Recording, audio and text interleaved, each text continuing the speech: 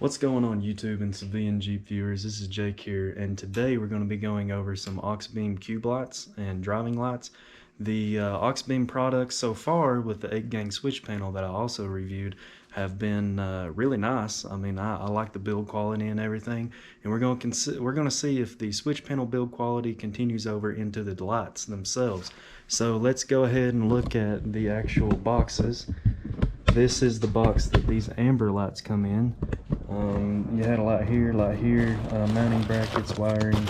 Here's the wiring. Wiring is waterproof connectors and all. That's nice.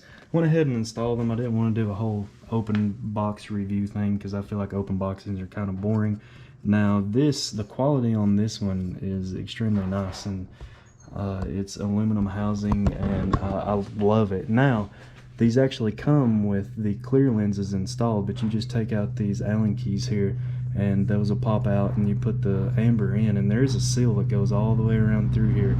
So in the past with lower quality lights that I've gotten off Amazon, not saying that these are lower quality, but the lights that I've purchased off Amazon, I've took this off and put a bead of sealant around it just so that water don't get down in there. But I am going to do more of a long-term review on these to see if water does get in them, even with the seal right here. But if you're curious about the other lights, the flood spot combo light here, that's a cube. It come in this box, and it's not packaged as well as this one, but this one's a little bit more expensive of the light. Now you get the two lights that come in here and a wiring harness, and the wiring harness is a little bit different.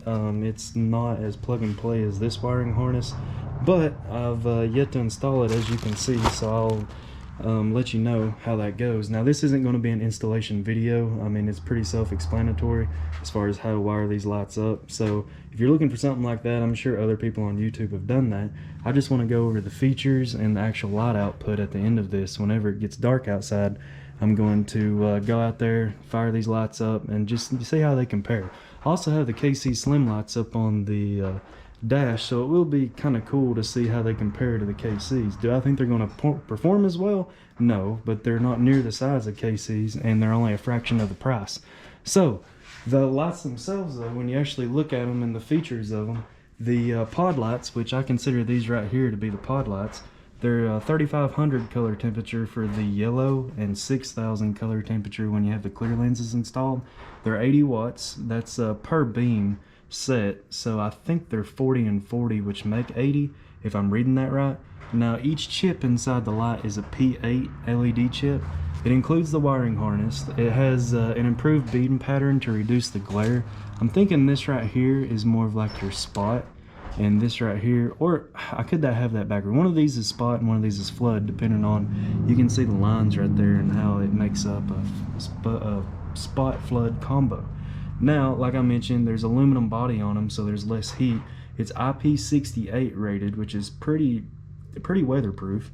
Its effective lumen rating is 8,000. It's 1 lux at 1,700 feet, and the voltage is 12 to 30 volts, meaning that these can run even on like military vehicles that are 24 volts. Now, I couldn't run these on the wheelies over there because that's an 8-volt system. So, not that you would want to run LED lights on a Willys anyway, but just keep in mind of what your system is. But most vehicles are going to be 12. Now, the cubes here are 3-inch cubes. Now, they also have 6 light modes. It's not just a white light. As you can see, the pixels in there are tinted like a yellow color. That's because they have 6 light modes of white, amber, white and amber, a white strobe, an amber strobe, and a white and amber strobe.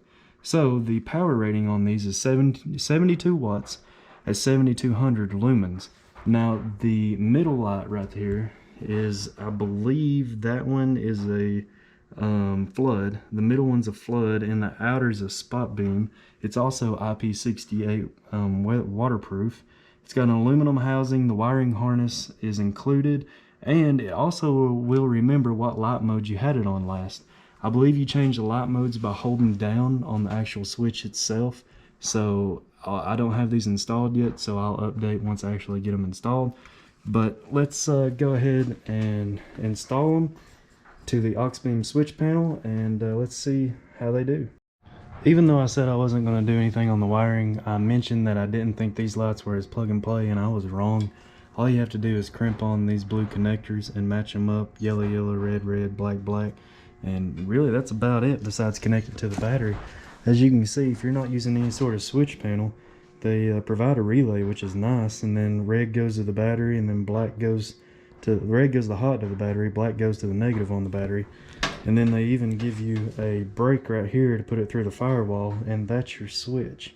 So honestly, this is really easy, and I like how Auxbeam did that, because other cheap lights, other cheap lights that are on Amazon, not saying quality wise, just price range wise, they do not come with something like that. So I am pleased to see how easy the wiring was. But I'm gonna be putting these on the panel, so I'm gonna go ahead and hook that up, and then I'm gonna hook these up as well, and I'll see you in a minute. All right, that went super smooth, maybe like 30 minutes max. I highly recommend Auxbeam just for really their wiring setup and their harness, because that was a lot easier than I thought it was going to be. If you're a beginner and you're not really into the whole automotive wiring, then I highly recommend you try this. It's not hard. There's plenty of videos out there on YouTube to show you and guide you along on how to wire up things like this. But Auxbeam's made it super simple if you want to try it yourself. Now that I have their switch panel, it was even more simplistic. Just do the hot and negative to the actual panel, and all the relays are already built in. So I really like that aspect of it. But let's take a look at the lights themselves. Now, as you can see, I've got the cubes on right now. They're on just the white mode, and I've got the driving lights on the amber mode, and I think it just looks killer. Like, it's even better in person too. I'm sure it's probably blinding on this camera, but they're putting out a decent amount of output for it to be somewhat lit in this garage. But as you can see, all my oil leaks there on the ground, but we'll look over those. But so tonight I'm going to do an actual nighttime comparison of these lights, and like I said, I'm going to turn on these KCs just to see how these stack up. Okay, so it's now nighttime. I'm in the middle of my field, and we're going to check out these lights. So let me hit the cubes, the clear cubes first. It's hard to really tell on camera, but I mean, they provide a decent amount of light. Nothing like extreme, but for $60 they're really not bad. It is better in person as well. The frustration that I have with these lights is the actual switch that comes with the lights. There's a mode on it where you can change the colors. Well, in the instructions it says if you hook the red and the yellow wire up together, you'll be able to use a single toggle switch like I'm doing here with my Auxbeam switch panel. And I assume you just hold it down to switch the actual modes, but it doesn't seem, you can see the amber on the edges, but as soon as you turn it on, the amber edges goes off. So I think these lights will be more powerful once I figure out how to turn the ambers on with it, but at the moment I can't figure out how to turn them on through this single switch. Now if I'd have used the factory harness that came with it, it's no big deal. You can easily turn it on. So if I turn it off, obviously it's completely dark, and I'd say when you turn it on, you probably have about a 200 foot or so, maybe 150 foot spot beam right in front of you. So as flood wise goes, it's not great for a floodlight, but spot beam it's doing okay. But I think the ambers are the flood, so if I can figure out how to turn those on, I feel like they'd be better. However, I am thoroughly impressed with the driving lights. You can tell, you can start to see my wood line up there with the driving light. I mean, it lights up clear as day in person, but I just don't think it's picking up that well on the camera. But yeah, it's pretty nice, and it's got an amber hue to it, which is going to work great in like foggy situations, or when you're following behind somebody on the trail and it's dusk or dust is blowing around. Amber lights are really designed for that type of environment. So let's just see here. Let's turn on both. That's both the pod light with the clear and the amber driving light with the flood and spot combo. And let's hit the KC. And you can tell the KCs work extremely well, but the KCs also cost significant more than both of these lights.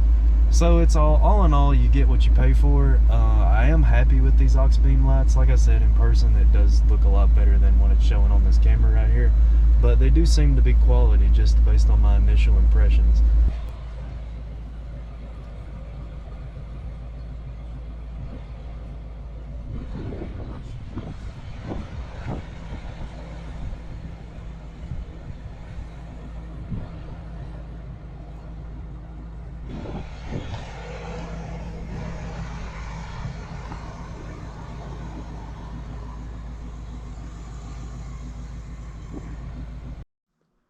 Well, that's all I have for you guys today. If you know how to switch the lights, the light mode on those cubes, connected to one switch like I have on my Auxbeam panel, please let me know in the comments below. Otherwise, I'm extremely happy with these. I don't know if there'll be a long-term solution. I think I will keep the driving lights, the 80-watt light, the amber light. I think I'll keep it on there a while. I really like the look of it. The cubes, I'm not so sure on. I think I might put them on another build. Put the KCs back on the CJ7 that I had there on the front. But you know, it'll change over time, and ever evolving as far as that goes. It's always changing on this Jeep. So, you know, I hope you've enjoyed something like this. If you want to know more, leave me a comment below. And you know, when it comes to Jeeps, keep it classic.